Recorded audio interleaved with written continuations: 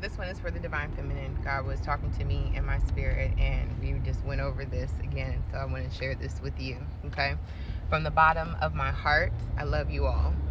I was thinking about Adam and Eve. Y'all know I'm a Christian, and biblical principles is what I live by, stand by, what I was raised by. That's just who I am. So Adam and Eve in the Bible.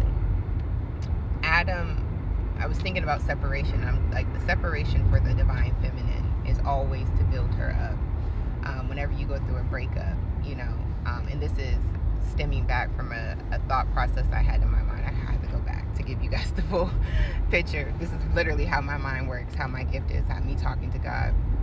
Literally, it's almost like an interview. We talk, we just have conversation. It's great. But long story short, most of the marriages, unless it's grandparents, we pray together, lay together, stay together. Back in the day, the relationships of marriages, the person had to let the other person, somebody had to let somebody go. The relationship had to be put on pause. And I was, again, going deep into that thought and saying that for the Divine Feminine, it's always to build her up, because as women, we pour into the relationship. We are nurturers, we are life cultivators, so we will create a life within our homes, we'll create a life within our relationship.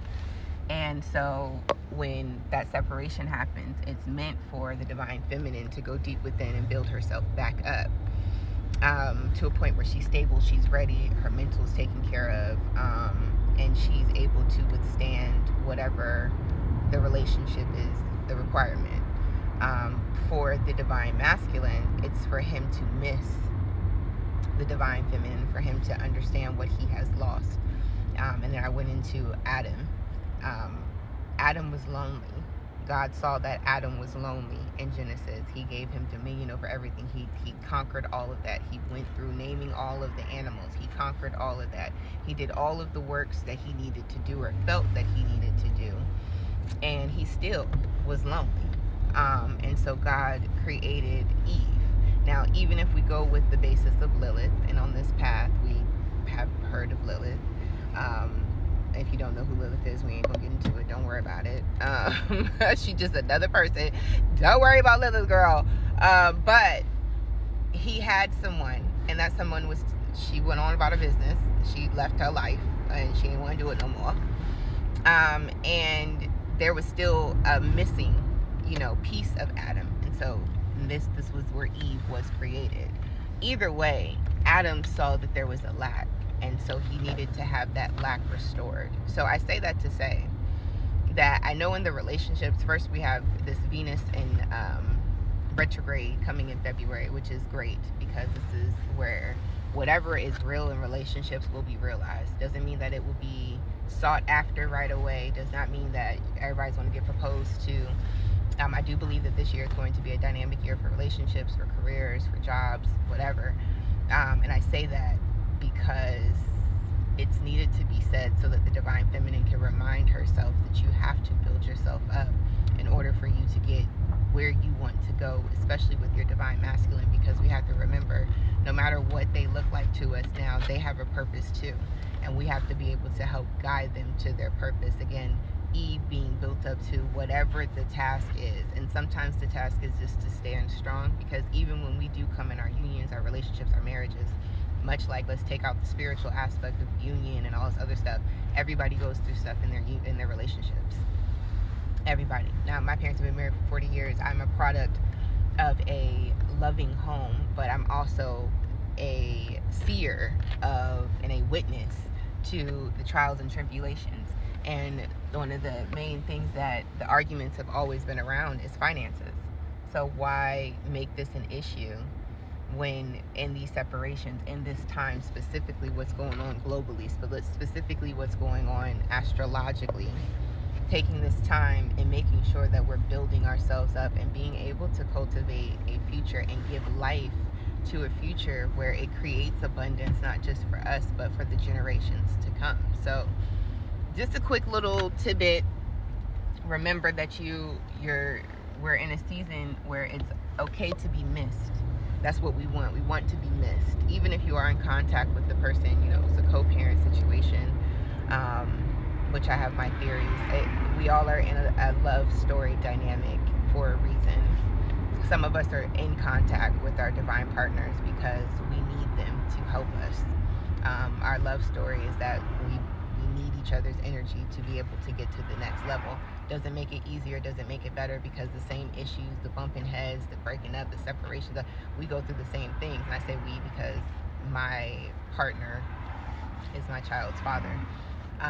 However, we have not gotten to the point of union because I'm still building myself, and there's still things that he has to go through as well.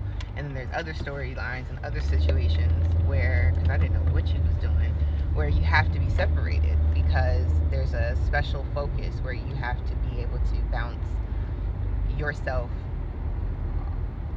off of God, not off of the union.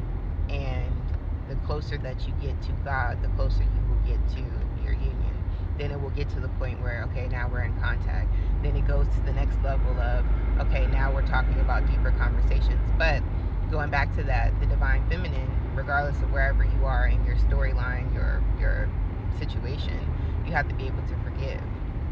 The whole purpose was for them to hurt us. The whole purpose was for them to make us feel those childhood wounds, because we're this era that we're in, we are the ones that are breaking generational curses, and it doesn't feel good because it's generational, it's ancestral.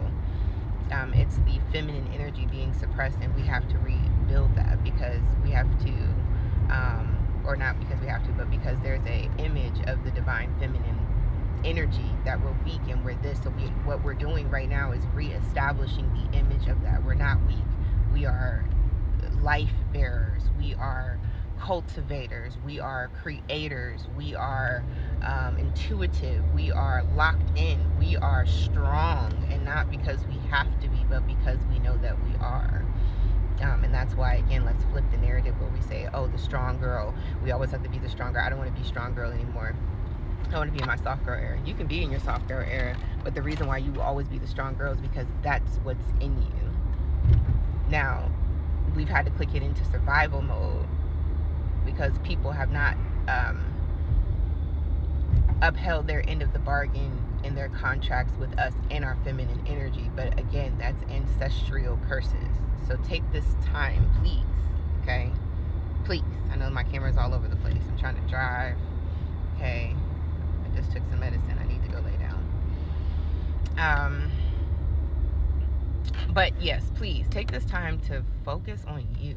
Heal yourself, forgive, focus on the kids, build a life for yourself. What are the dreams that you want to have? You want to start a makeup brand? I keep trying to tell y'all, hit me up for the ideas. Let's grow, let's heal, let's let them miss us, and let's go through this experience. Whoever you feel like you are carrying the divine feminine energy, and let's really change this energy because we have to, because we need to, because it's necessary. Okay, I love you guys. I will talk to you all later.